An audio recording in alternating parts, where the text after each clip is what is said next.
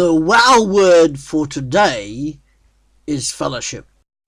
I often talk to people who tell me that they are Christians, but they don't want to go to a church anymore.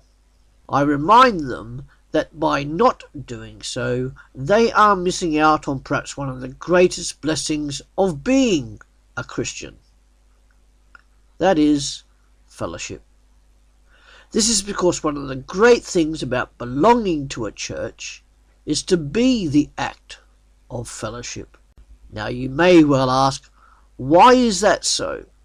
It is so because fellowship results from walking with one another with Jesus Christ in the centre. God originally created humans for fellowship, both with himself and with other humans. Jesus Christ has redeemed us so that we can have true fellowship together. So okay then, what is fellowship? The word fellowship is rooted in the New Testament words koinonia and koinonio, which is a mutual sharing together and not merely a mutual association.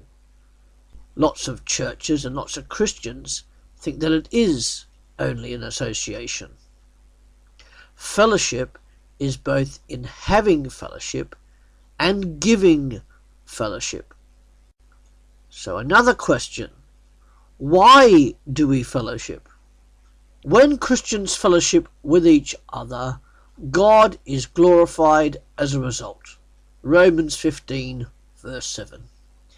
It is as a collective body that the church fellowship grows in grace and maturity together, overcoming by grace the weaknesses of each individual member. As a Christian, you are commanded to continue meeting other Christians for fellowship so that mutual encouragement towards love and good deeds can take place. And by doing this, you, as a Christian, can remember to live a consistent, godly life, particularly if sins are confessed to each other. That's a bit radical for the 21st century church, isn't it? And victory is also seen in the eyes of a fellowship rather than singular individuality. And whilst God does indeed deal with us as individuals, it is through fellowship that God strengthens you, for you are supported, healed and compensated by other Christians. Or at least that's the way it should be. And these are all very good reasons why Christians need to find a good church to attend. So we've discovered what fellowship is, why we need to fellowship. So come on then, how do we engage in fellowship? Biblical fellowship sees a church exhibiting these characteristics: having a common purpose, common hope, common belief, common needs. And just as Christians have fellowship with the Father, Jesus and the Holy Spirit, so do they have with each other, even if they don't want to.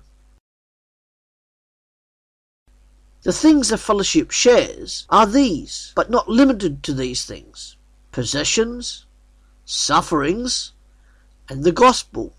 By participating in his suffering and having fellowship with Jesus through his own sufferings, the Apostle Paul was able to enter into a deeper relationship with Jesus Christ. And now finally a question: how are you enjoying fellowship in your church?